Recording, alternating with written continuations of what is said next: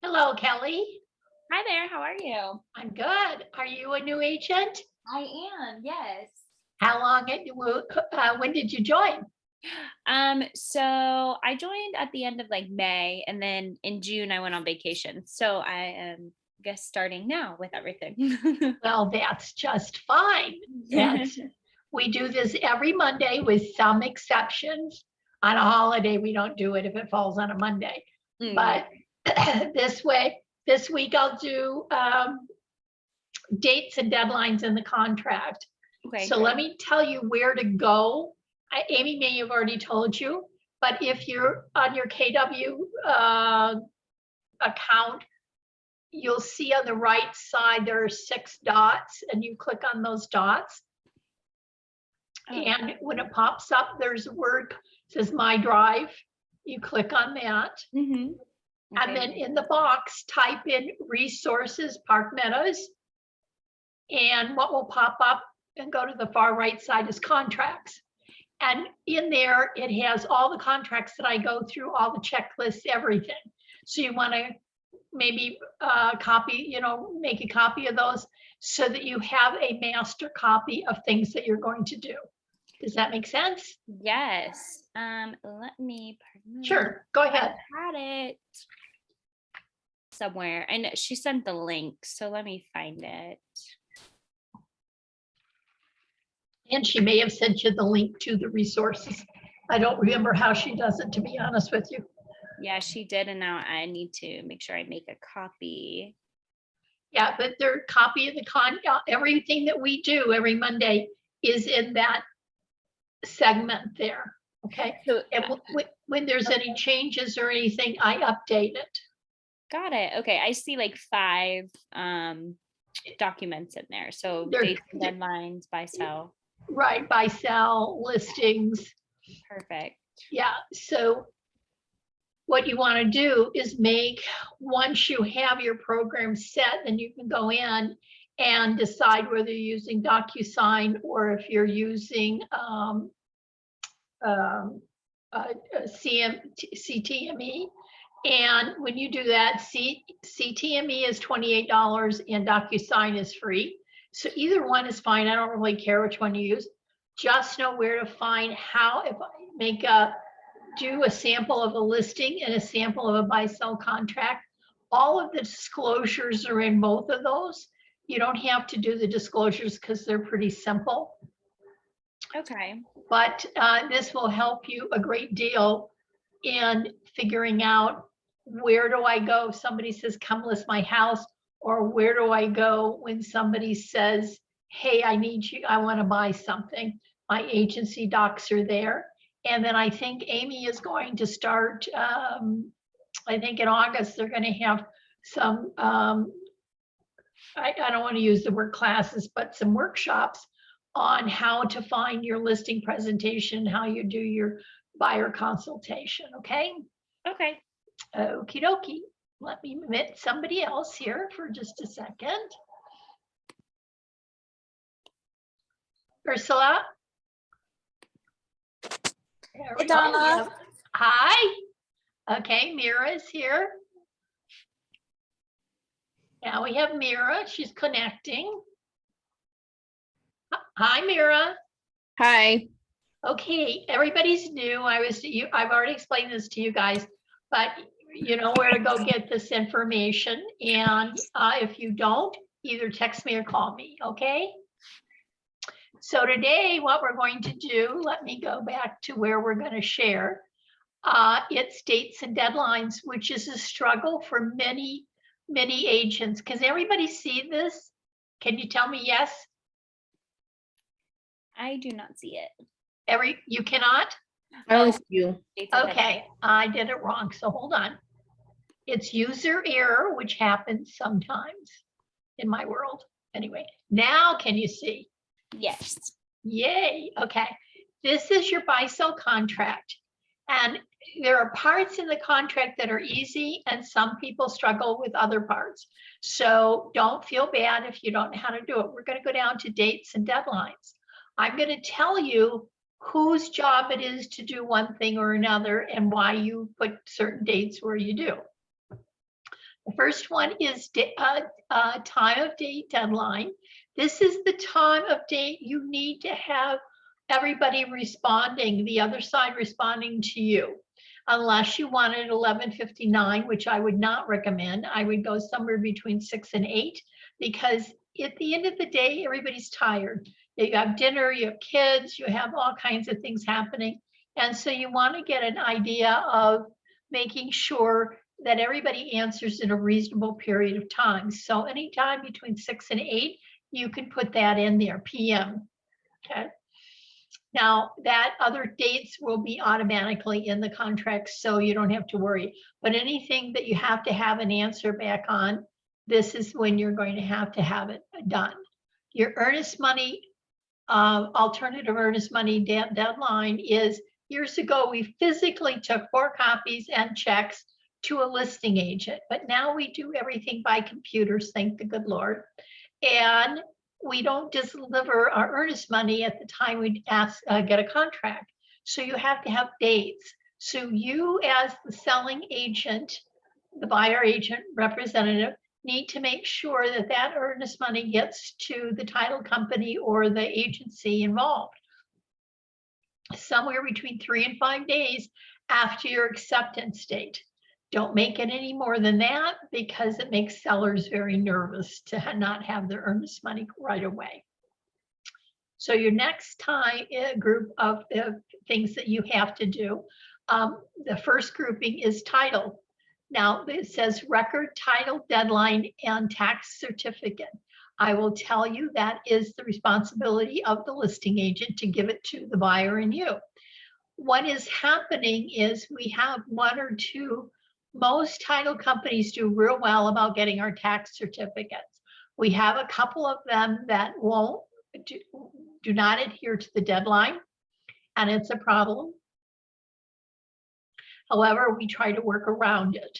So you'll get your title and you may or may not get your tax certificate in it. We have one company right now, I don't remember the name of it, that is struggling to get their tax certificates on time. So we put this date out. When you write it, you put it a week and a half to 2 weeks out after your acceptance date. The reason you want to do that, give them time to get the title together and this tax certificate. The other time of the year you're going to struggle with tax certificates are usually in January to mid-February, because that's when everything is changing in the county. Title, record title objection is going to be, that is when this again is, when you get your title commitment, your buyers, everybody looks at it. Is there something in there that's off? Like, is there a lien, or is it over encumbrance, or many things like that? You don't have to read it, but if the buyer has questions, you need to direct them to the closer so they can get those questions answered properly. And then you have off-record title deadline. This is the responsibility of a buyer. First 2 are the listing agent. Second 2 are going to be the buyer. You're selling a house that's behind a vacant lot. You need to know what it is. The buyer discovers what it is and they don't like it. They can bail from the contract on this issue. Okay. So you want to be sure that like I had, and somebody's only used this one time in all the years I've been selling, but they didn't like Centennial. Anything east of I-25 is either Centennial on the front end, and the farther east you go, it's going to be DIA. So if they don't like planes going over, it's going to be a problem, or vacant lot, or whatever it is. They have a deadline in here. You make it the same time as your record titles. So it's if it's important to the buyer, they have to do it pretty quick. And if they have objections, it's the same time as your title objection. Now the title resolution deadline. So let's say there's something in the title the buyer is having questions on. Could be a lien, it could be all kinds of other things. IRS lien, mechanical lien, it could be it's over encumbrance or all kinds of things. If there's an objection, then you want to get that resolved by a certain date. So you want 2 or 3 days to resolve, which is after your objection deadline to resolve. So these are the deadlines that you put in. And you want to be sure that those sets of deadlines are pretty much the same all the time. Week and a half to 2 weeks out, you want to make sure, depending on how fast you're closing.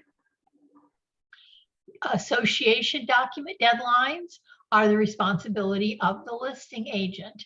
In there it says, hey, we're going to give you everything in paragraph 7. If they don't have something, they need to tell us. Otherwise, it adds 10 days on for the buyer's review. Then association document termination. So if there's something in there that says that the buyer doesn't like, I can't put a basketball court in my front yard. I can't paint my house Bronco orange. Whatever it is, if they object to it, they can get out of the contract on it. Now, seller's property disclosure is a responsibility of the listing agent. They are supposed to give that to you after you've accepted, make a deadline in there, usually about 3-4 days after acceptance. They should already have this filled out. It should be filled out at the time of offer. And then lead-based paint disclosure deadline. If it's a house that was built before January 1st, 1978, you have to have a lead-based paint disclosure. And all parties have to sign. Buyer, seller, listing agent, and selling agent. Everybody has to sign. If you don't sign, it's an $18,000 fine. Next year, they adjust it according to cost of living. It's very expensive if the feds come after you on this. Now, the next one is called new loan application deadline. Under no circumstances do you put the word done in here or complete. You're not. According to the rules that the lender has to have, which are called TRID, you have to have a legal description and an address to complete your application. So never, and I always put that the next day after acceptance. That way, the lender already has a copy of this contract. Buyers have fulfilled their application process. Now, the new loan termination deadline. This is a very big controversial paragraph because this is somewhere between 7 and 14 days after acceptance. And it says that Mr. Buyer has talked to the lender, Mr. and Mrs. Buyer. They have been quoted whatever kind of loan they're going to get, and they're happy with it. After this date, you cannot get out on loan, the type of loan it is, only if it's not available, which is very rare. Sometimes you'll see this if you're a listing agent, where they put the new loan deadline and the new loan availability pretty close together or on the same day. You want to move the new loan term up closer. You want to put it several weeks before the availability one. This says, Mr. Buyer, they've decided that this is the kind of loan we're going to get, and we agree to all the terms and conditions. The next one says new loan availability deadline. So whatever they have agreed to in the terms and the new loan term deadline, it's available. They're going to go forth. If they don't choose to close the buyer, they will probably lose their earnest money. So it's real important that they understand what they're getting. Have they locked in? Is it good? Is it what they want? Because once they pass this one date, once you pass the new long-term deadline, you're not going to get your earnest money back without a fight. And it's going to be a really bad, ugly fight. So it's important for the buyers to understand what that deadline means. Means you could lose your earnest money. So now we've got, you go down here. So items 16 through 21 is really not used almost never these days. We don't have assumptions or anything of that nature now. So those are all blanks. Do not put any NAs in your contract, guys. At the bottom of your contracts in CTME, you can hit remove. I think you can do the same thing in DocuSign. Don't put any NAs in your contract. The next grouping is the appraisal. Now we give this contract to the lender. The lender knows when they have to have the loan availability done, and they also know what their dates and deadlines are for their appraisal. You're going to get some pushback on an FHA or VA appraisal. We are unavailable at this time. If you're calling for more information on our availability, Please mute leave your name, yourself. number, and a detailed message. Yolanda, If this is a maintenance emergency call, please call the maintenance emergency number at hang on just a minute. Let me see if I can. 470-0098. Thank you. Okay. The appraisal, even though you might have an FHA and VA loan, go ahead and put dates in here appropriately because we're trying to keep the lender honest. Technically, you don't have to have dates in here and you may get pushback, but it's to keep the lender right on track of trying to get these things accomplished. Sometimes it's out of their control. So now we have our deadline. So we make our deadline for appraisal about 2 weeks, 2.5 weeks prior to closing, so we can get it through underwriting. Then you have 2 days after it's been done to object. And then we have 2 or 3 days after the objection to get it resolved. This would be where I have a house, I bought it for $410,000. It comes down at $375,000, and there's going to be a battle with the seller to find out that they do or don't want to be able to take this offer. So lately, we're not having as many battles on the appraisal side unless the property has been listed really, really high. Surveys. If you have a townhome or a condo, you don't need to put any dates here. If you have a house or acreage, you need to put dates in here. You need to ask for either an ILC or a new survey on acreage. ILCs are usually lot and block. So you want to put them so that you can have them.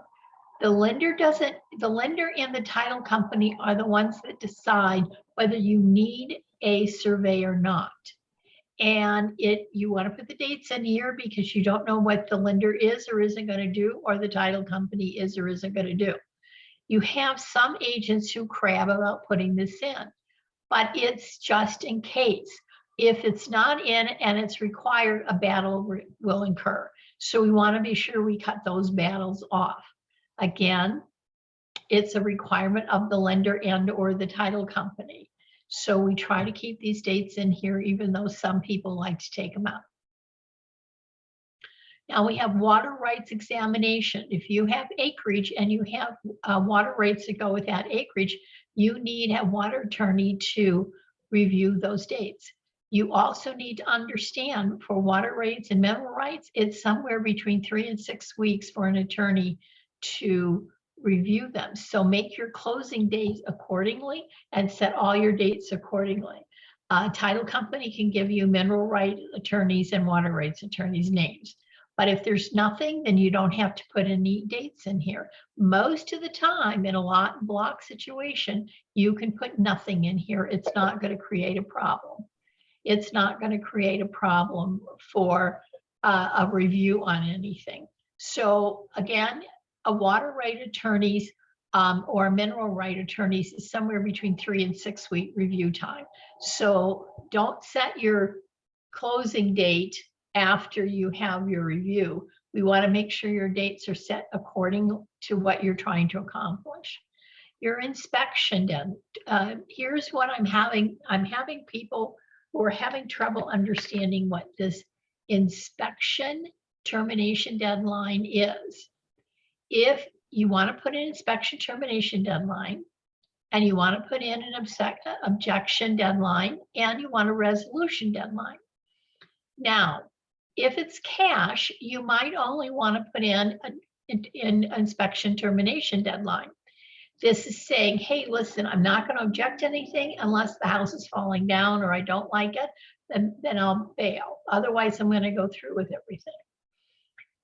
If you put all three deadlines in and you choose not to give an objection or have a resolution, and you don't like what's in the inspection report, you can object, you can terminate it.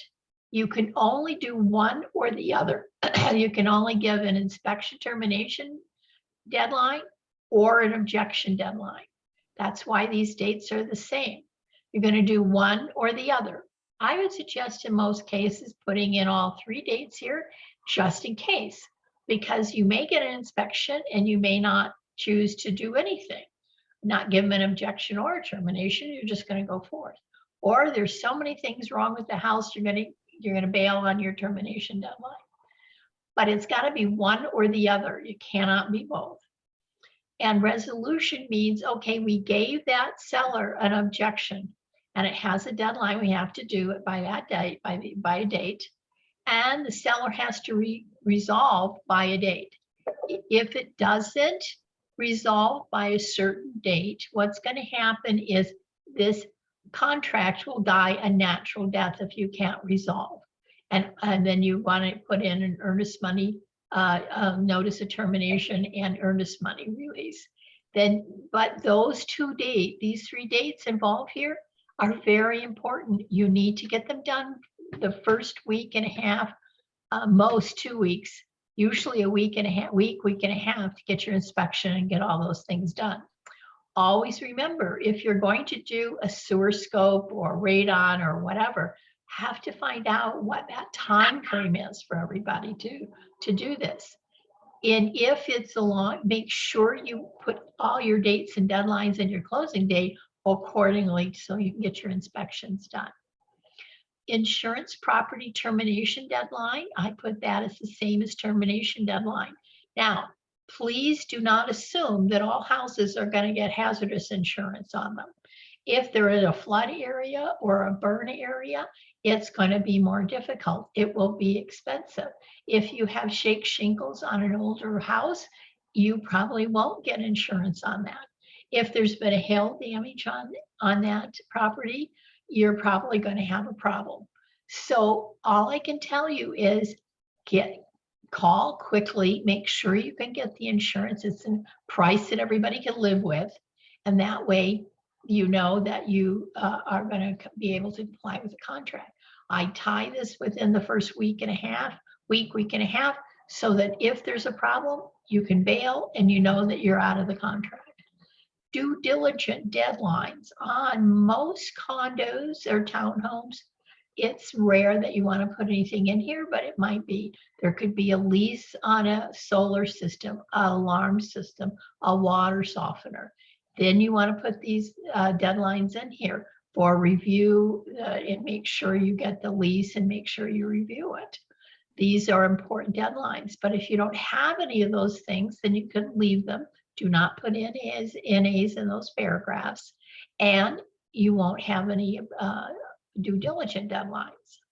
Your next one is the conditional sale deadline.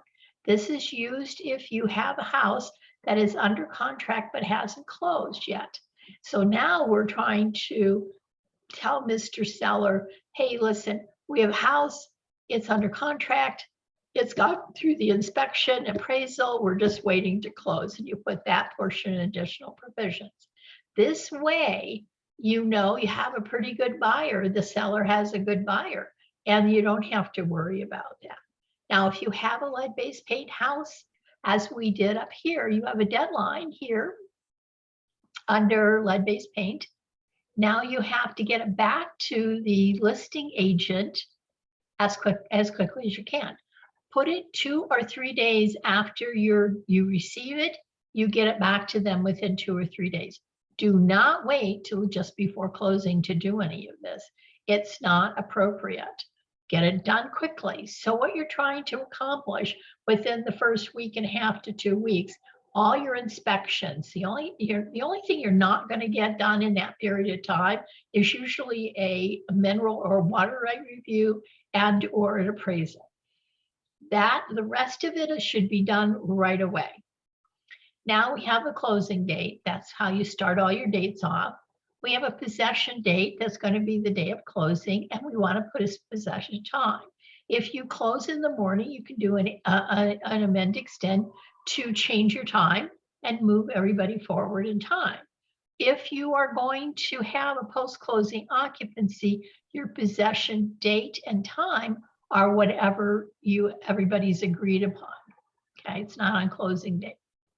And you have a date acceptance date, which is, okay, I've given this to you, Mr. Seller. I talked to you. I've given it to Mr. Listing Agent. I've talked to you. You told me this is when they can talk, and everybody's going to see if they can accept this offer by this date and this time.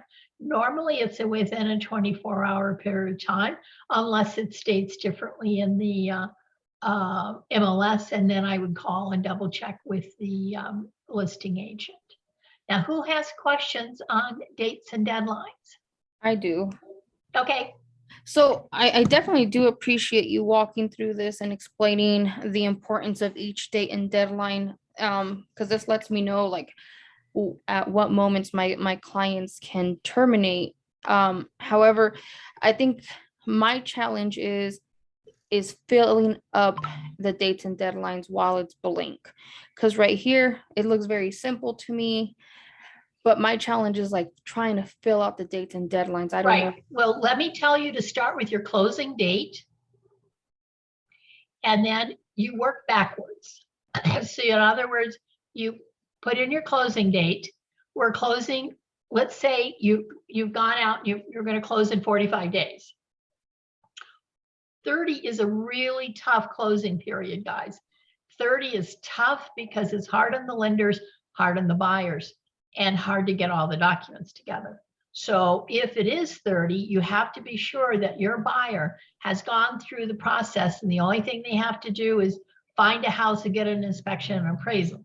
Because if you do a 30-day closing, you always, before you write an offer, want to call the lender and find out if they actually can do a 30-day closing. Don't go and do it just arbitrarily throwing out a date without checking with them. So let's just work on the 45 days. So I've counted backwards 45 days. I'm going to start on whatever X date is. And then what you want to do, as we talked about, the first portion of all of this is done within the first week and a half to 2 weeks. Now, the only other hang up you're going to have is how soon your loan availability date should be. About a week and a half to 2 weeks a week before closing. Your loan term deadline, new loan term deadline, is about a week and a half to 7 to 14 days after acceptance. And your application is the day after acceptance.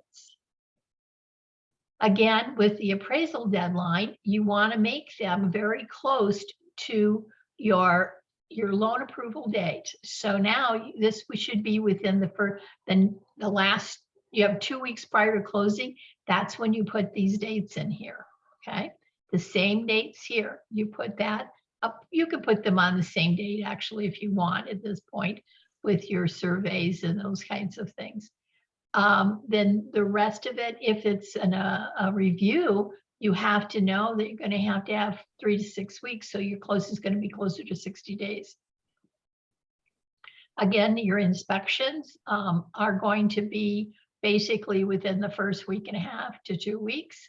And your due diligence, again, will be in the first week and a half. Does that help answer your question, Myra?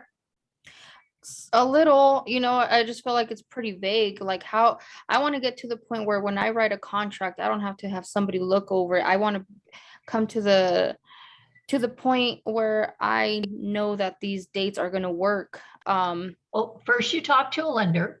Second of all, you look at a calendar and you look out where does everybody want to close? And is it possible to do that with the lender? You're just going to have to be, it's repetition more than anything else, okay? Mhm. So you're going to have to start with, I've got this closing date, I'm going to work backwards. And that's why I want you to practice on a dummy contract to pick your dates, okay? You don't pick a holiday and don't pick a Saturday or Sunday, because that's not going to work. Yeah. All right? But you just have to practice. If you have problems, then let me know again, okay? Okay. Yeah, it's practice. That's all I can tell you. Anybody else have a question on the dates and deadlines? I do. The line 33, when I was talking about the property insurance, Yeah, and you're saying, okay, so not everybody's gonna get it due to price and things like that. Is that what it could be, yes. And then, so when you're saying make sure it's a price for everybody to understand or like to come to The terms. buyers have to call their insurance company. I live at 123 Main Street. I need to get a quote on what my insurance is. Got it. And So then it's what not happens, like- yeah, what happens is the insurance agent goes to, it's a universal reporting area called the Clue Report. And they look up the address of that property, and that will tell them if this house has had claims against it, whether it's water, hail, whatever it is in the last 3 years. If the claims are very high, then your buyer's premiums are going to be high. And if you have a seller with those high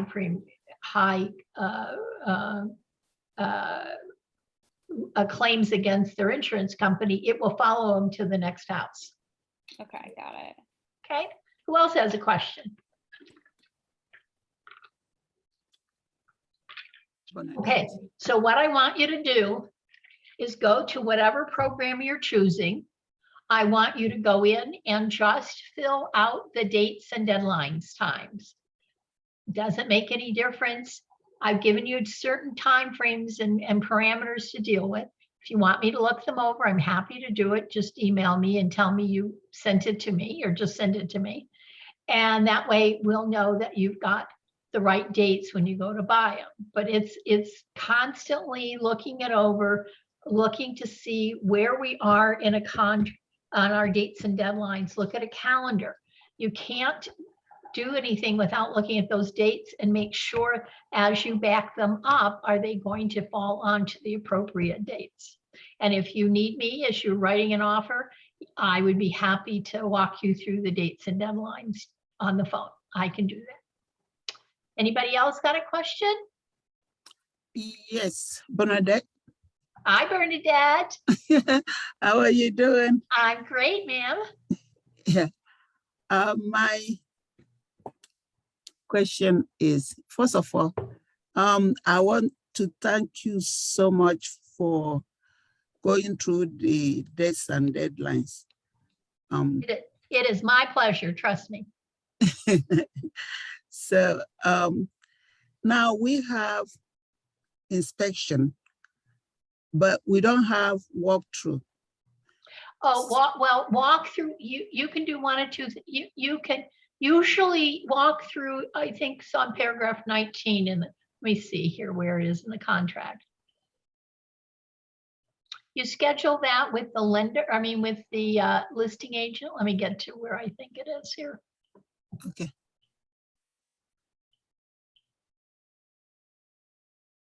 Right here, 18.4. Okay. And normally that just requires a quick email to the listing agent saying we'd like to do our walkthrough the day before closing. That's one of the better times to do it.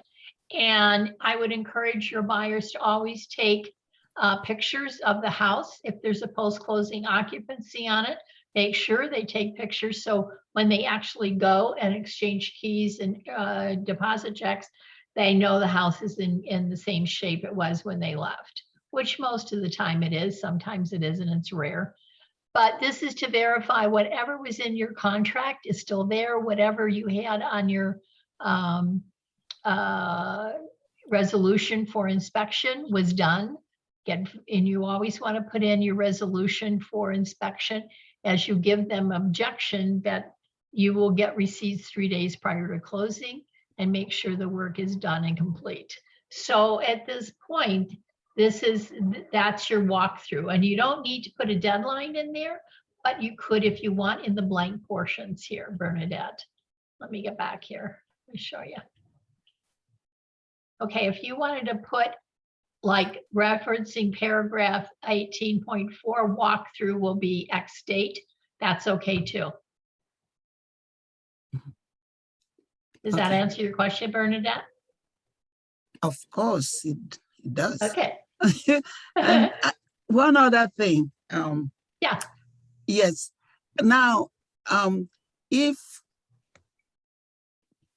you talk to the listing agent and they said it's okay for you to go for a walkthrough and they confirmed it, and you went with the buyer because buyer said, I want to see this place I'm buying.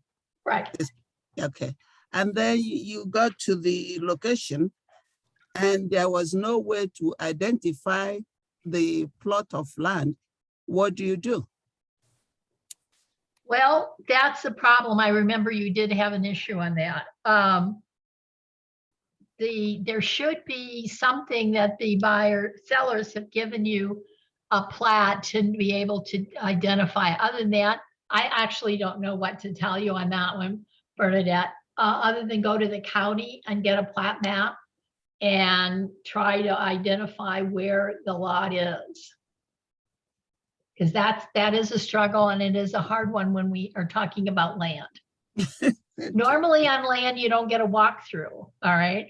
But you do have seen the property and you really should, as a buyer, walk that land to make sure that, or request in your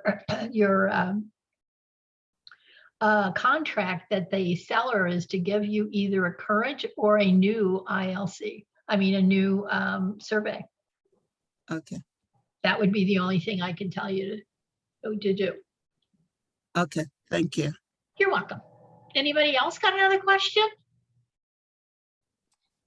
When we sign up through all of our new agent things and Keller and things and all that, DocuSign, is it already set up for us or do we need to create an account? That's an Amy question because I don't have an idea. I don't Okay. know. I actually don't know. Otherwise, I Oh, know. okay. No, thank you. I appreciate the help. Thank Yeah. you so much. Yeah, no problem. And don't hesitate to call me on any questions. Everybody on here, you have my number. I'm available from 9 o'clock in the morning to 6 o'clock at night, 7 days a week. If you have a question or concern, call me. If you've sent me something via email, send me a text so I know to go look at it. And that way we'll be sure that everything's covered for you. Donna, what is your phone number by any chance? Okay, sure. It's 303. Thank you.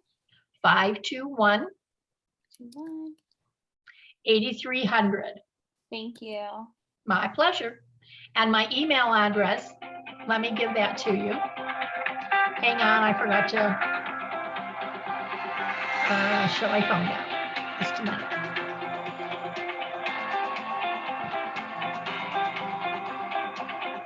I thought I did that. It's Donna, DONNA, EVINS. And see, Donna Evins at kw.com is my email address for anybody that needs it. Thank you. You're welcome. Any other questions or concerns? Oh, Well, yes, I have one question. sure. This one is where they have time of the day, the one before NS money deadline. Yes, yes, this one, it would be when you want to get answers on any of your questions that don't already have a deadline on it. So if you're going to resolve a resolution for inspection, then you want to have it done before 6 p.m. You can put 6 p.m., 7 p.m., 8 p.m. But if you leave it blank, which is appropriate, other than that, it will end up being 11:59, which is very Okay. late to resolve anything during the night. It's not a good thing to do. Oh, and I will tell you, I am teaching, and I will tell you, contracts at Smedra. Hang on just a minute. I'll get to August so I can tell you when it is. Okay. It'll be a CE credit class Okay. on August 4th at 1 to 4. It's 3 hours CE credit. And you can register with Smedra or call them and they'll register you for it. So if you want to spend you want to spend 3 hours with me, feel free to go ahead and sign up for that. And that way, you're in a room full of people. One, you get credit, CE credit, which is helpful. And then with that, you can ask me lots of different questions during the class or after the class. But we go over a buy-sell contract. And I go from A to Z, similar to what I do with you guys. But these are people that don't have the opportunity, and plus we're giving them CE credits. So that's always nice. So if you want to attend, that would be fine. So there you go. Anything else? Okay. Well, listen, guys, have a great afternoon, and I'll see you next Monday for the listing agreement. Talk to you later. Bye. Thank you. You're welcome. Thank you so much.